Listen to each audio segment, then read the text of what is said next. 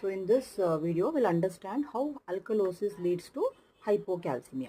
Always remember, in our blood, calcium exists in two forms. Okay, one is bound form where calcium is bound with albumin. Other one is free ionized calcium level.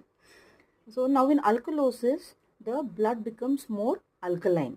That means the hydrogen ion concentration reduces in the blood. Normally, when you observe an albumin molecule, you see hydrogen ion is also bound to albumin, calcium is also bound to albumin. But when H plus ion concentration is less in the blood, albumin releases these H plus ions to maintain the blood pH. That's the main function of albumin, right? Albumin acts like a buffer, meaning when the pH concentration, when the hydrogen ion concentration in the blood decreases, hydrogen ion will be released. When hydrogen ion concentration increases in the blood, it will go and bind with the albumin. So it will try to maintain the blood pH to the normal level.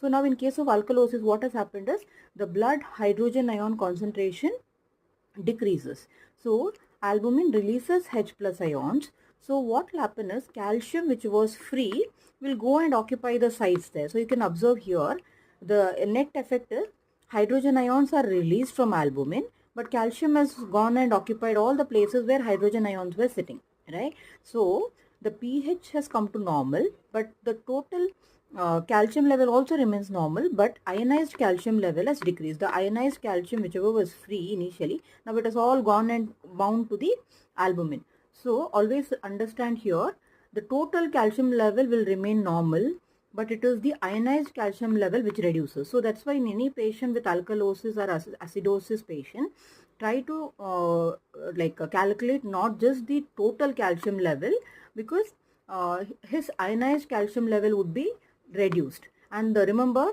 the ionized calcium is the one which is physiologically active. So that is what brings about the physiological actions. And also when ionized calcium reduces, patient will present with signs of hypocalcemia. Something like he can have repeated muscle cramps, tingling sensation, numbness. He can also present with signs of tetany, or sometimes convulsions also can happen. So especially during the case of acute respiratory alkalosis, like patient has hyperventilation and he can end up with this. So in summary, now to understand, in alkalosis, hydrogen ion concentration in the blood reduces, because of which what happens, hydrogen ions are released into blood. So calcium will go and occupy those sites on the albumin. So the free ionized calcium level has reduced in the blood. So the patient will have signs of hypocalcemia. So always remember, if you there won't be any drop in the total serum calcium level. So always check the ionized calcium level and then correlate with the causes of alkalosis. Then you will understand why the calcium levels are altered in these patients.